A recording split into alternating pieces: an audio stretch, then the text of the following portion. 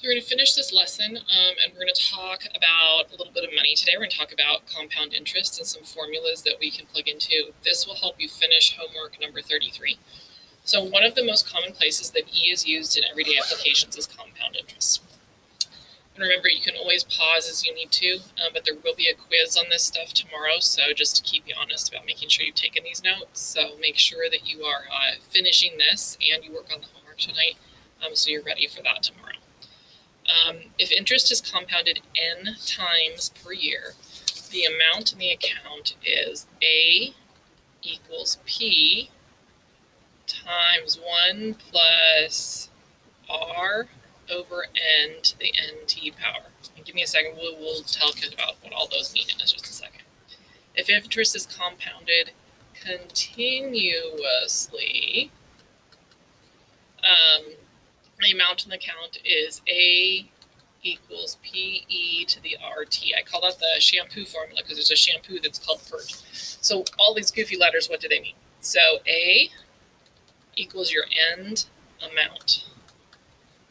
P, it stands for principal, not the PAL, not PAL, not the person who runs the school, principal, which is your initial or your starting amount. Okay. R stands for a rate, and N is the number of compounds. All right, so related to this N, sometimes we compound continuously, meaning we compound it over and over and over and over again. And that's where we use this E, and that's where a purpose for the E that we learned about a couple days ago. But sometimes we break the compounds a little differently, so you need to understand these numbers. So a daily compound would mean it gets your N value would be 365. There are 52 weeks in a year, so a weekly compound is 52. There are 12 months in a year, so monthly is 12. There are 4 quarters in a year. Biannually would mean twice, and annually would just mean once.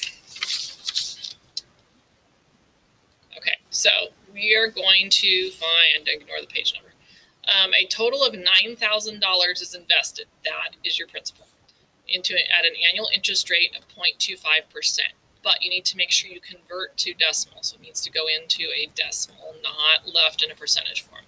Compounded annually. So there's your number of compounds. And remember, annually was equal to 1. Find the balance in the account after 5 years. So this is your time value. Did we write T as time down here? We did not. So T, sorry I missed that one, is for time. Okay, so we're going to put into the formula. And again, you got to know these formulas for the test that's probably next week. So you need to, I'd write them down on every problem. So A equals P times 1 plus, that's a 1, plus R over N to the NT power. I know I'm using that formula because it doesn't have an E in it. It doesn't say continuously. It says 5. And all I'm going to do is literally plug in. So 9,000 times 1 plus 0.025 over the number of compounds, which is 1, to the 1 times 5 power. So again, when I'm doing the rate, I got to move this 2 decimal places. So that's where I got the 0.025. All right, we're going to put this into our calculator now. So I'm going to do that with you just so you can see how it's done at least one time. So we're going to go 9,000. This is the nice thing about the graphing versus the scientific. You can get this all in here in one shot. 9,000 times 1 plus, you can literally type it the way it looks. Control divide. 0.025. I know we didn't probably need to do this because it's a 1 on the bottom, but at least you get practice with the using the calculator. And then the caret to the 1 times 5 power. And again, I could probably do 1 times 5 in my head. Hit enter, and there's my answer. You always, normally we would say 3 decimal places, but we're talking about money, so we would round to 2 decimal places this time. So in this case, we have that it is $10,182.67. Let's try this again in 16. So we have a total of $4,000. There's our principal. He's invested in an annual interest rate of 5.25. So that's my rate. Remember, I would move it 2 decimal places, so I'd write 0.0525. Compounded monthly, that's our n value, and that would be monthly is 12. Find the balance in the account after 6 years, there's our time. So I'm literally just plugging into the formula. So A equals P times 1 plus R over N to the NT power. So A equals my principal, 4,000.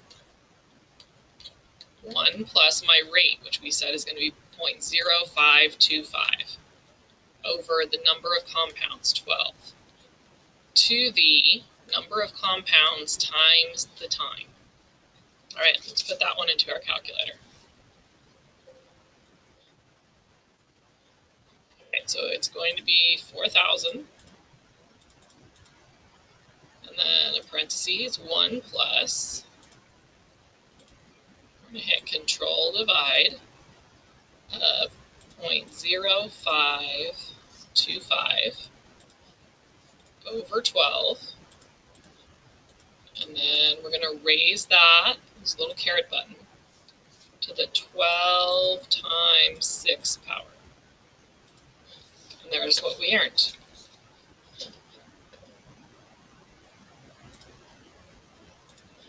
So we've got that it was $5,477.27.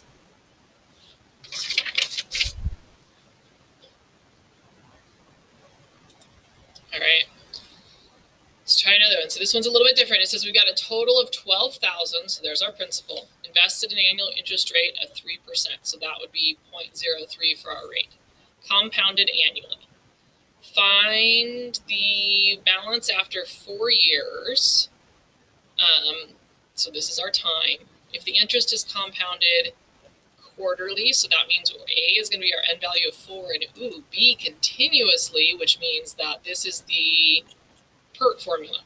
Okay, so I've got to do 2 different functions this time. So we've got A equals P times 1 plus R over N to the NT power for this one.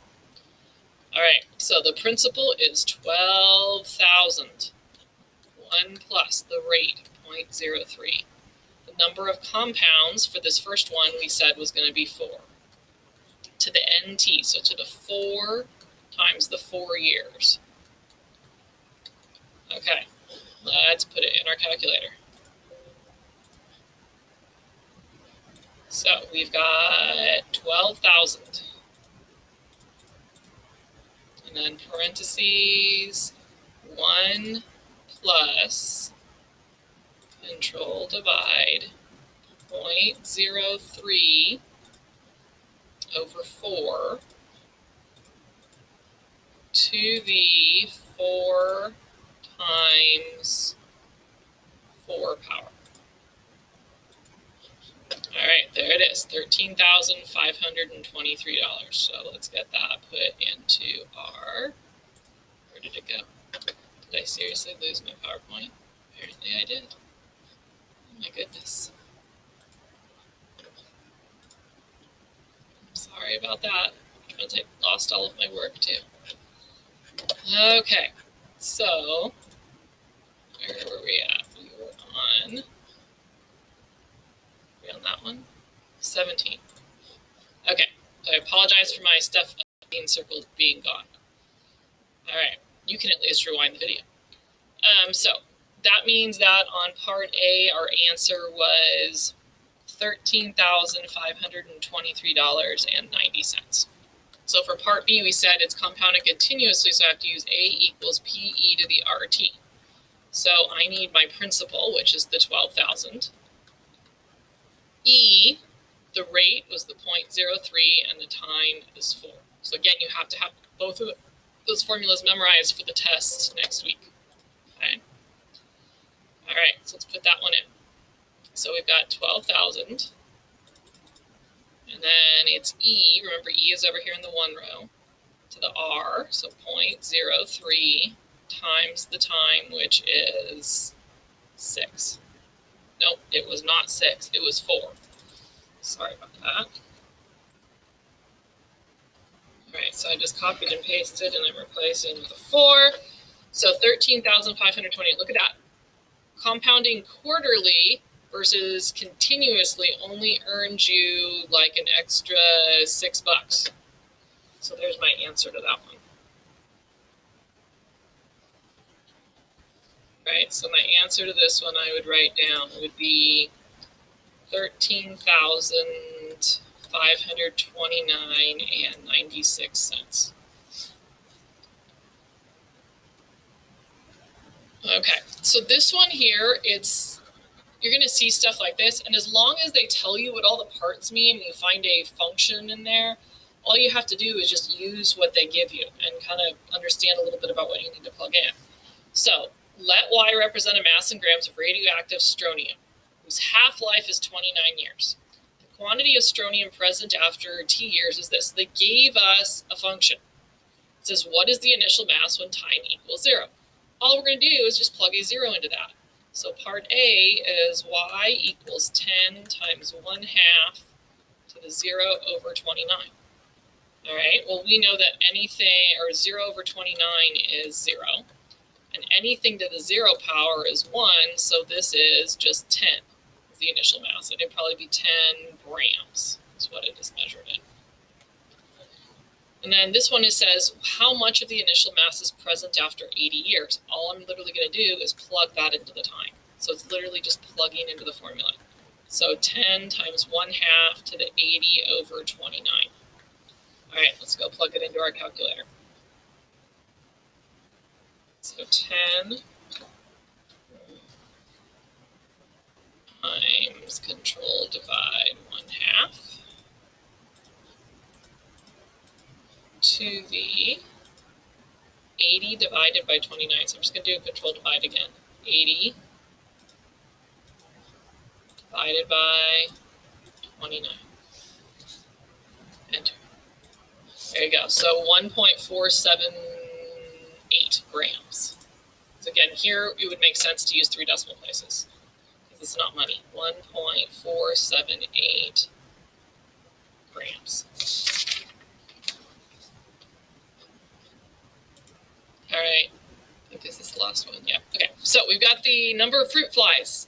So given an experimental population, so we've got this wonderful equation right there. I just found the equation. To find the initial number, that initial number always occurs when T equals 0 no matter what. We're not going to do part C.